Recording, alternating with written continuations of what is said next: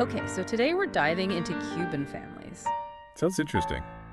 Yeah, Yeah. it is. You know, you might picture those like close traditional households. Right. The stereotypical. Yeah, but Uh-huh. get this, Cuban families are changing really rapidly. Really? Yeah, and we've got a whole bunch of research papers. Wow. Yeah. Okay. And even some like journalistic pieces, Right. all focused on families in Cuba. Okay. And particularly, we're looking at what it's like to be a young adult there. Uh-huh. So today, we're going to break down some assumptions. Right.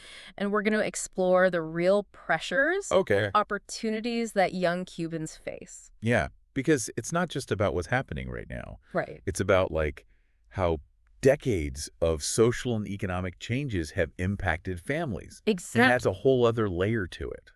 Absolutely. And I think one of the biggest shifts that we're seeing is this move away from the traditional nuclear family. Right. So, you know, think extended families, single parents, blended families. These are all becoming way more common in Cuba. You know, you might be surprised to learn that this isn't just a Cuban thing. Right. It's a global trend. Yeah.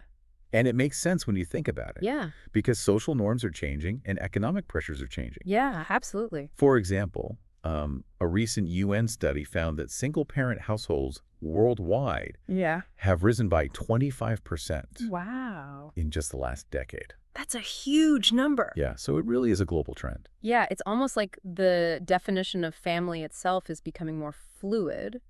Yeah. How does this actually like play out Sure. specifically in Cuba? Yeah. Well, our research highlights the super central role of mothers. Oh, interesting. Yeah, in Cuban families. Okay. So mothers are the primary caregivers Right. and communicators, Okay. especially for adolescents. Okay. They are so involved in their children's lives. Wow. They're providing emotional support, Yeah. practical help, guidance, you know, everything. 9 yards. Exactly, the whole 9 yards. Yeah. But here's where it gets interesting. Okay. Even though Cuban mothers are so present, the research suggests that young people don't always feel heard Oh, wow. or that their opinions actually matter. Really? Yeah. And so there's this tension Yeah. between that traditional closeness Right. and then a lack of agency, Uh-huh. which can be really frustrating I bet. Yeah. for young people. It's like they don't have a voice. Yeah, yeah. And so, you know, it seems that even in close families, Yeah. open and effective communication Right. isn't always a given. Right. And it's interesting because that's further complicated by the gender roles Yeah. within Cuban society, Okay. because despite all this progress that they've made in gender equality, Right. those traditional expectations Yeah. still linger. Okay, so what does that actually look like in everyday life? Well, for example, Yeah. young women are often expected to have more responsibilities in the household, Right. even if they're also like pursuing education, And careers. which of course can Yeah. lead to conflict, Totally. both within families Yeah. and for young women Of course. and themselves as they're trying to balance all of it. It's a lot. And let's not forget the ever-present issue of financial instability. Right. Yeah, our sources make it clear Yeah. that this is a huge stressor Absolutely. for young Cubans Yeah. and their families. For Right. sure. I mean, many young adults can't afford to move out Right. and live independently Yeah. because of what it costs. Yeah, it's not feasible. Yeah. Yeah. And they're kind of stuck in this thing Okay. that researchers call postponed autonomy. Postponed autonomy. Yeah.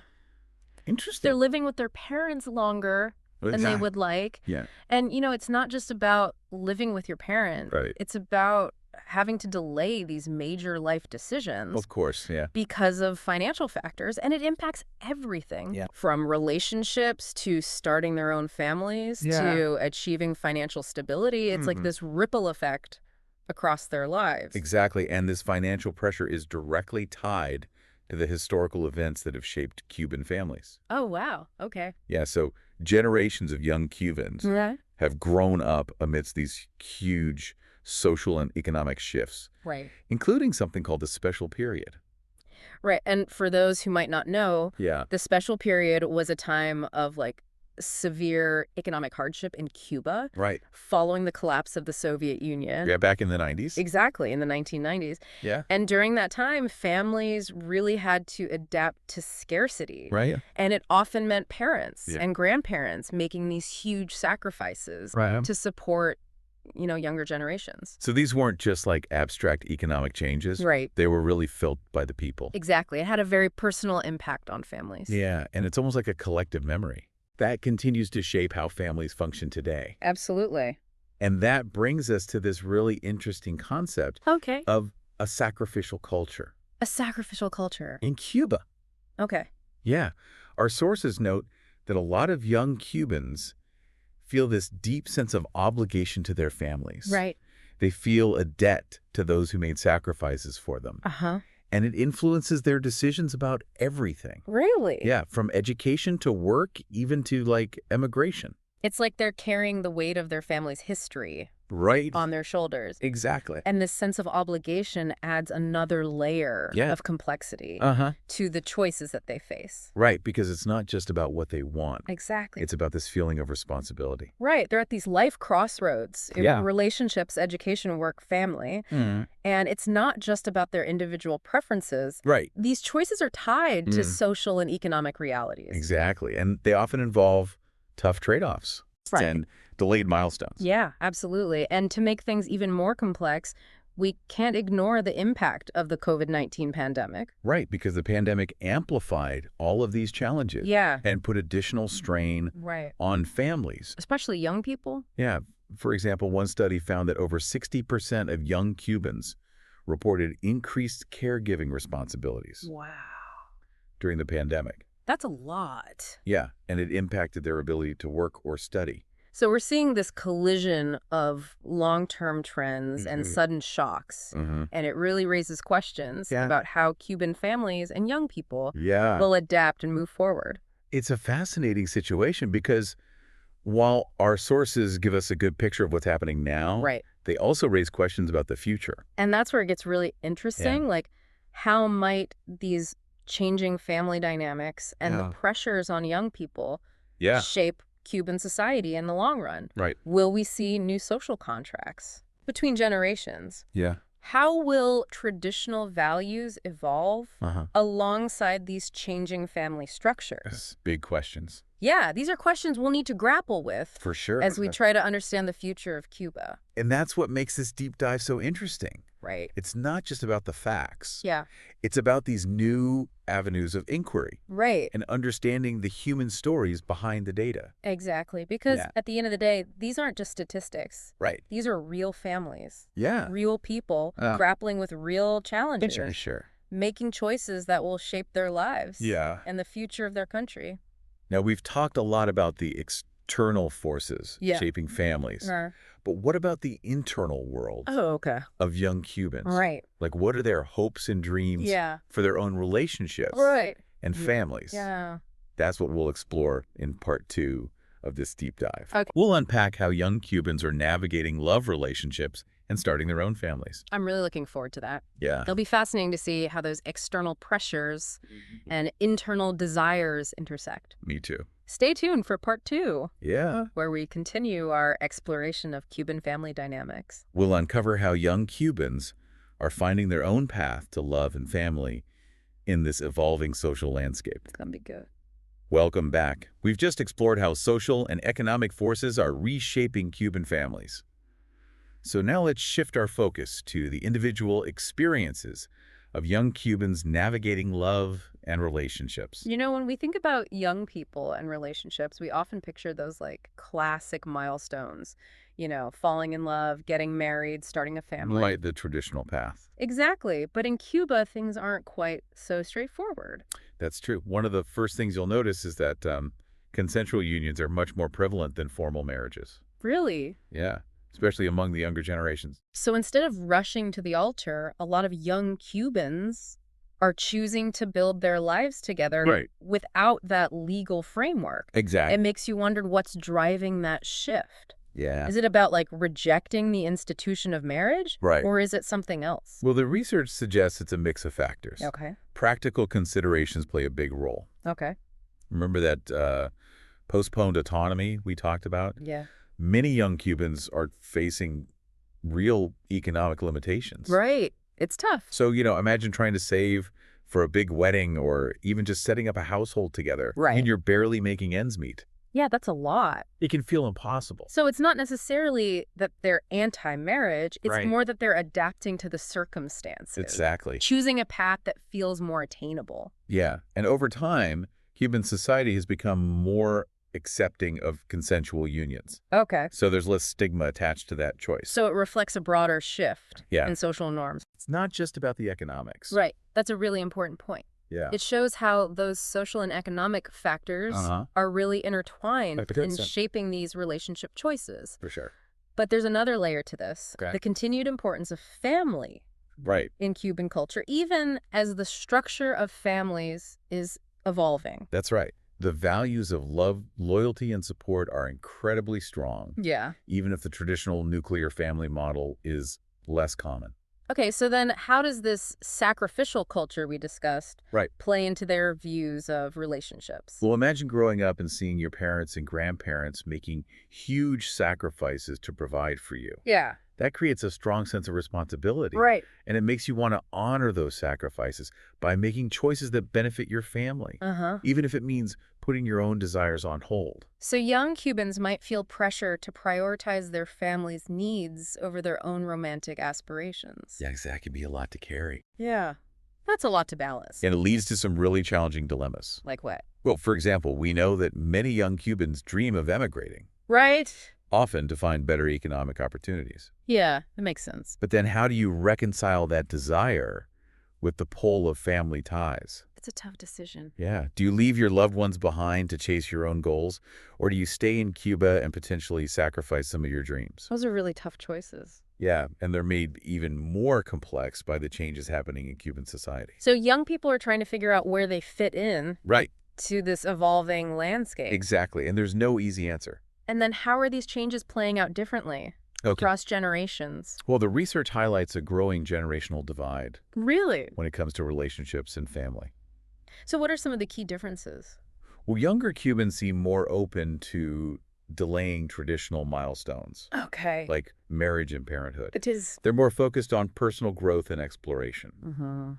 Less bound by those expectations. Which makes sense, considering the world they've grown up in. Right. They've seen economic instability, the changing role of women, the increasing acceptance of different family structures. Their views on relationships reflect those shifts. Yeah, and this creates a really interesting dynamic within families. Absolutely. Imagine a young person who wants to put off marriage and focus on their career. Okay.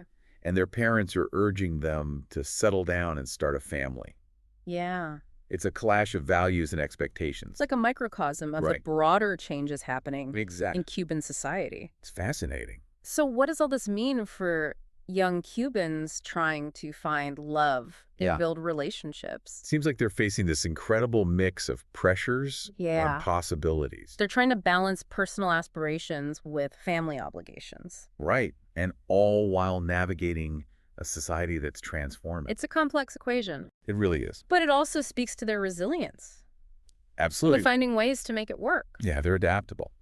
And of course, we can't forget about the impact of the COVID-19 pandemic. Right. The pandemic added another layer of complexity to the already intricate landscape of love and relationships in Cuba. Think about it. Lockdowns, social distancing, economic uncertainty. All those things impacted the way young people connect, date, build relationships. Absolutely. And it also had a significant impact on family dynamics. So how are young Cubans coping with these added pressures? Yeah. How has the pandemic reshaped their views on love and commitment? Well, to answer those questions, we need to dive into some specific examples of how COVID-19 has affected relationships and family life in Cuba. Sounds good. So stay tuned for part 3, where we'll explore those pandemic ripple effects on Cuban families and examine the potential long-term consequences. Welcome back to our deep dive into Cuban family dynamics. We've explored how these families are changing the challenges they face and how young Cubans are navigating love and relationships. And now, as promised, we're going to tackle how COVID-19 has impacted all of this. You know, it's important to remember that the pandemic didn't create these trends out of thin air. Right.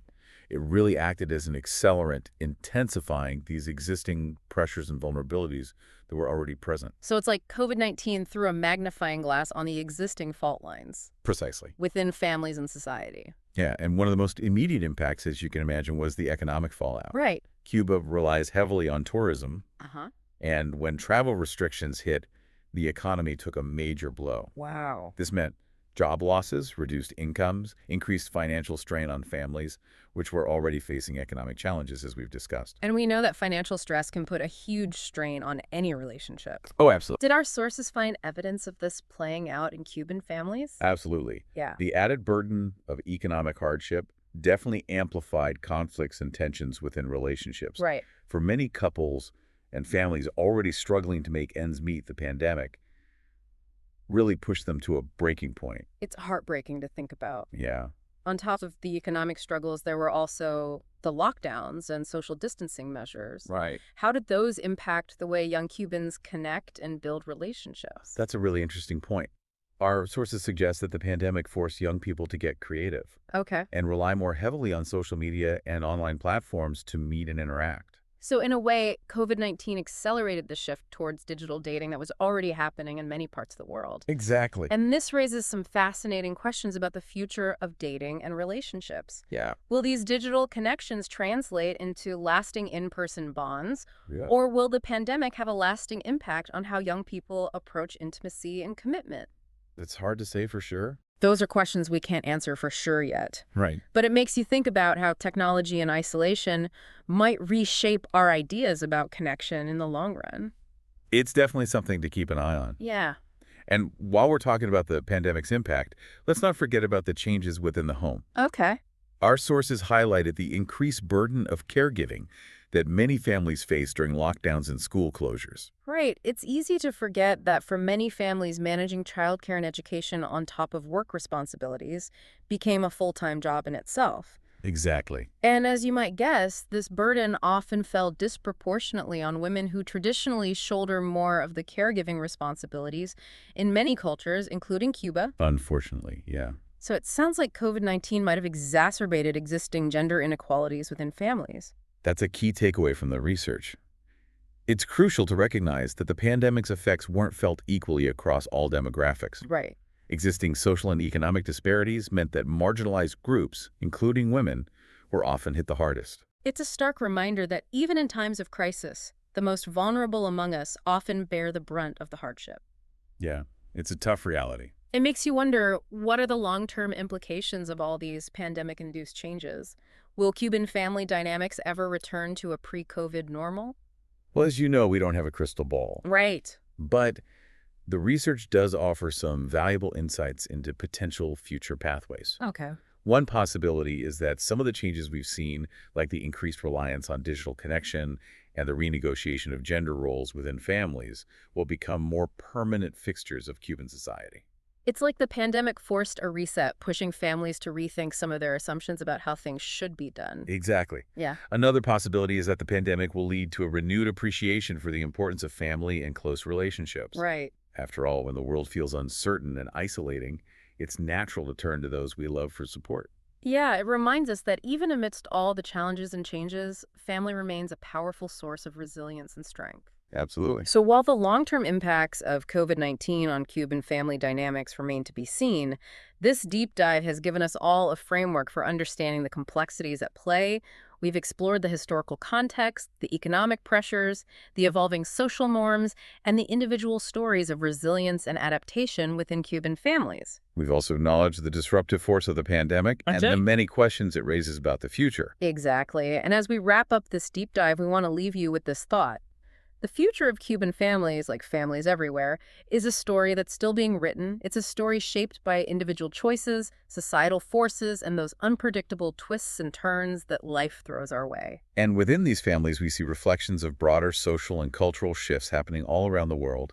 By understanding the dynamics within these households, we gain insights into the human condition itself, our capacity for love, resilience, and adaptation. So as you go about your day, we encourage you to think about the families in your own life. How have they been impacted by the forces we've discussed? What are their strengths? What are their vulnerabilities? And how might their stories inform our understanding of this intricate and ever-evolving tapestry of human connection? This deep dive has given you a glimpse into the lives of Cuban families, and we hope it sparked your curiosity to learn more about the diverse ways families around the world are navigating these changing times. Thanks for joining us.